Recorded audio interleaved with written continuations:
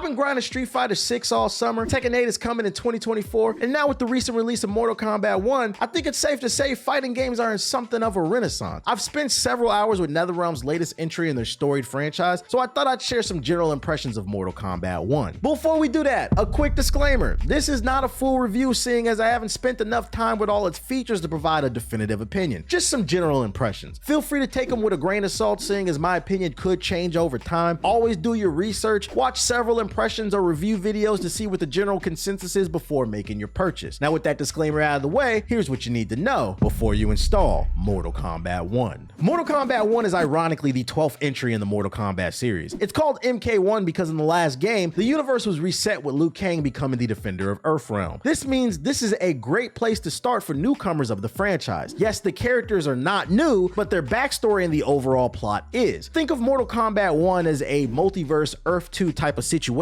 where it's the same beloved heroes and villains but with a spin on them. When it comes to story modes and fighting games, nobody's doing it better than NetherRealm. In my opinion, they are still top dog when it comes to creating a fun, cohesive storyline that provides an excuse to why these characters are all clashing. The story in this game is fun, campy, and a great way to introduce players into new characters. All throughout the story, you'll take control of different characters briefly, which is a low pressure way to test which characters you have a natural affinity towards. I've always loved this about NetherRealm games, and I'm happy to see they didn't try to fix what wasn't broken. Did I mention this game is gorgeous, by the way? Mortal Kombat 1 is pure eye candy. Nothing so bloody and gory looks so good. The icing on the cake is the way the cutscenes transition into fights, and there's even a nice touch on the character select screen. Both fighters say equip, then it transitions into the gameplay, and it's just simply flawless. When it comes to presentation, NetherRealm gets an A+.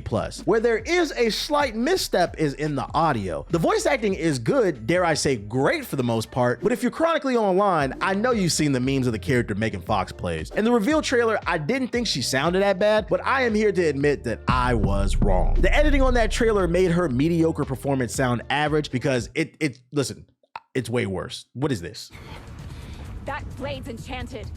That blade's enchanted. And just for clarification, I have nothing against Megan Fox. I defended her when the reveal trailer dropped. I thought the internet was being the internet and going too hard, but I have to say, after playing and getting more context, that performance was not it. Everyone else gives such great vocal performances that Megan's bad performance really sticks out like a sore thumb. Now, is this a deal breaker? No, I don't play fighting games for voice acting, but I am a critic, so I have to point it out to be fair. Moving on to gameplay, I have two opinions. If you're a Mortal Kombat fan, you're gonna like this game. Well, maybe. It depends, because this game does lack some quality of life features, which I'll get into later, and I've seen a lot of like Mortal Kombat fans complaining. But anyways, if you're not a fan of Mortal Kombat and you're hoping this would convert you, I got some bad news. I don't think it will, because this game mostly sticks to its typical dial-in combos formula. I said mostly because there is a slight change to the formula with the new cameo system. Basically, every fight you pick who you're gonna primarily fight as, and a secondary character that acts an assist that you can summon to use extend combos or get the enemy off of you. There will be a cooldown meter at the top left or right, depending on which side of the screen you are on, that indicates the next time you can summon your assist. The fun of the cameo system is figuring out what characters work best with one another to extend the combos, because oh boy, you can pull off some crazy stuff in this game, none of which you will be seeing in my gameplay, by the way, because fun fact, I suck. Trust me, I know. Look, I've always been more of a Soul Calibur and Street Fighter kind of guy, so maybe my editor can put some cool combos on the screen from another creator to give you an idea what I'm talking about, because my gameplay is painfully average.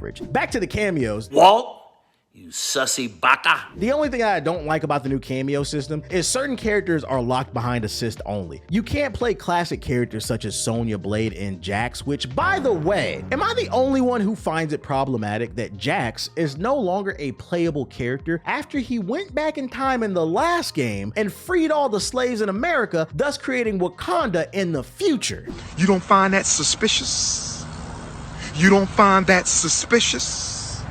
You don't find that suspicious? Overall, I enjoyed the gameplay. It's been fun hitting the lab the little amount that I've gotten to do, and I look forward to the awesome moments of competitive play next EVO. Now moving on to the other content Mortal Kombat 1 has to offer. You have your traditional towers if you want to practice with the CPU. You have online play, and I'll talk about that a little bit later, and you also have invasions. Invasions might be my favorite part of this new package. You pick a team, and then you can explore various boards where you get into fights and unlock items such as costumes and concept art. What makes this mode fun is it's a low pressure way to learn a new character, and things are kept interesting because because the fights have modifiers on them to keep you on your toes. One moment you're fighting a heavily armored character, and the next you have dragons flying across the screen that you can use to combo. There's even a little story inside of this mode about the multiverse if that's your thing. As for the online, I'm not a big fan. I'd go as far as to say NetherRealm dropped the ball here. The reality is that, I'm gonna say it, Street Fighter 6 raised the bar in my opinion. So it's hard to go back to playing a fighting game that's just not stable online. I'm not saying Street Fighter 6 never lags online, but I'd argue I've had a solid experience with Street Fighter 6 about 90 to 95% of the time. With Mortal Kombat 1, it's more like flip a coin. Every other game you will fight someone who is lagging. Some might argue the workaround is to not accept Wi-Fi matches, but the issue is matchmaking is slow. If I have to constantly duck fights, I'll barely get any time online. In a game that requires tight inputs, it's just not fun to deal with people teleporting and freezing all the time. It's disheartening and it's annoying. The only thing I'll praise about the online is it does feature in-game voice chat. If you're playing on PS5, oh boy, you are in for a treat if you like to troll like me. Every PS5 controller has a built-in mic, so more often than not, you will hear people raging on the mic,